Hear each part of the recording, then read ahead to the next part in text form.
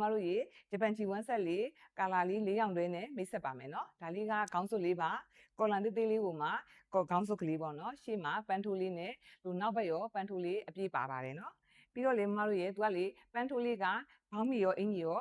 နားလေးမှာစင်တူလေးထိုးထားပေးပါတယ်နော်လက်ကလေးကမျှော်ကြိုးလေးပါအဖျားနားလေးမှာအတွန့်လေးနဲ့တထောင်စီးကိုမှအရင်အောက်မရောက်ဘူးနော်မတို့ပေါင်ကြီးဆိုရင်မတို့ရေပေါင်ကြီး130နဲ့160 190တော်ပါတယ်နော်ရင်ဆိုင်တော့48ရှိပါတယ်အင်ကြီးရဲ့အရှည်က23ပါနော်ဘောင်းမီကခါပတ်လေမျှော်ကြိုးခါကဆွဲလိုက်ရင်38ပါတင်ကတော့48ပါနော်ဘောင်းမီလေးရဲ့အရှည်ကကြတော့36ပါမတို့ရေကာလာလေးတွေမိတ်ဆက်ပေးပါမယ်နော်ကာလာလေးကမတို့ရေစုစုပေါင်း4ရောင်လာပါတယ်နော်စိုးပြတာကကြံရီဝါလေးဒါလေးကအဖြူဆွတ်လေးဒါလေးကကြတော့စင်စွယ်ဖောက်လေးနောက်ကဗေဒါအလင်းလေးဆိုပြီးတော့ကာလာလေး4ရောင်လာပါတယ်နော်မတို့ရေမဆိုးထဲဆိုင်ကနေမိတ်ဆက်ပေးပါတယ်နော်ရာရောက်တဲ့မြို့တိုင်းကိုအိမ်ရောက်ငွေချေပို့ပေးပါတယ်ရှင့်ဒါလေးကဖြူဆွတ်ရောင်လေးပါနော်သူ့ဘောင်းမီအဖျားလေးပန်းလေးနဲ့အင်ကြီးဖျားပန်းလေးကလည်းတအားချစ်ဖို့ကောင်းပြီးတော့တအားလိုက်ဖက်ပါတယ်နော်ဒါကဖြူဆွတ်ရောင်လေးပါဒါလေးကမတို့ရေကြက်ပေါက်ဝါလေးပါရှင့်